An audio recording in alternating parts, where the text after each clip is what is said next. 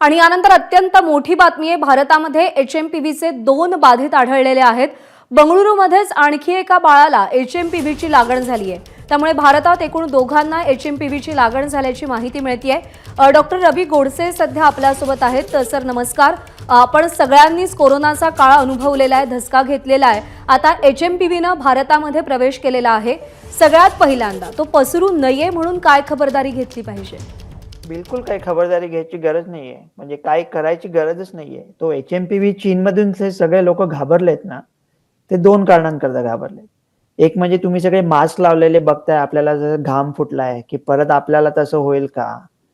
पण ते चीनमध्ये लोक नेहमीच मास्क घालतात पोल्युशनसाठी। ते काही नवीन नाही, ते डोंबिवली स्टेशनचं चित्र दाखवल्यासारखं आहे। अरे आज गर्दी काय रोजच असते, त्याच्यामुळे त्याच्या मास्कचं काय घाबरायचं कारण नाही।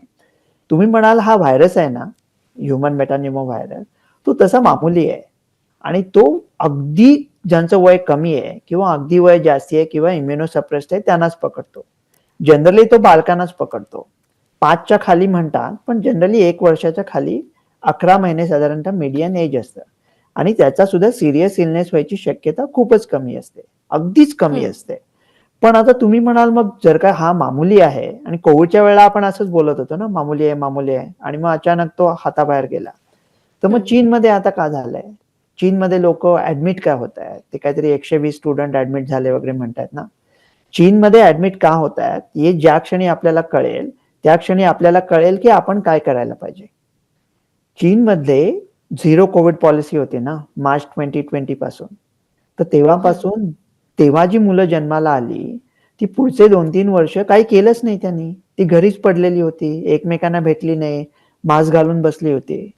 त्याच्यामुळे तुमच्या आईचं दूध संपलं तुमच्या पहिले 6 महिन्यानंतर, जेव्हा तुम्हाला आईची इम्युनिटी मिळते, की त्या 6 महिन्यानंतर तो सर्वात महत्वाचा पिरियड असतो, जेव्हा ते बाळ शिकतं की वेगवेगळ्या डिसीजेसचा सामना कसा करायचा आणि त्याची इम्युनिटी डेव्हलप होते। तर चीनमध्ये या मुलांची इम्युनिटी डेव्हलपच झालेली नाहीये।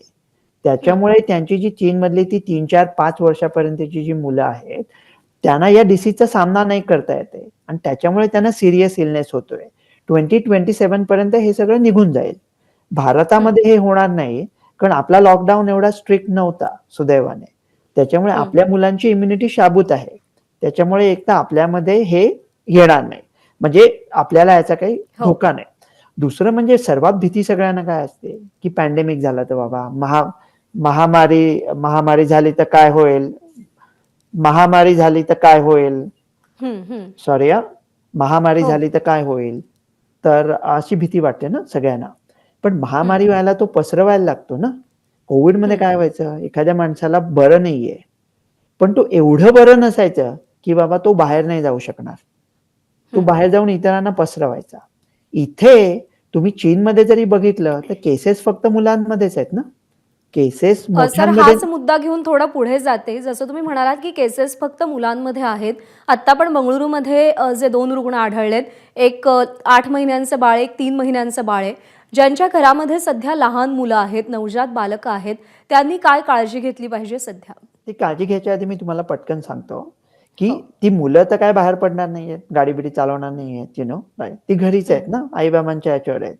त्याच्यामुळे त्यांचा पॅन्डेमिक व्हायचं असेल तर त्यांच्याकडून ते पेरेंट्सना देणार आणि ते पेरेंट्स बाहेर पडून देणार, पण पेरेंट्सना होणारच नाही, कारण पेरेंट्सची इम्युनिटी शाबूत आहे। त्याच्यामुळे याचं पॅन्डेमिक नाही बनणार, हे तसंच राहील। आता मग याची ट्रीटमेंट काय आहे? ट्रीटमेंट काहीच नाहीये याला। व्हॅक्सिन काय आहे?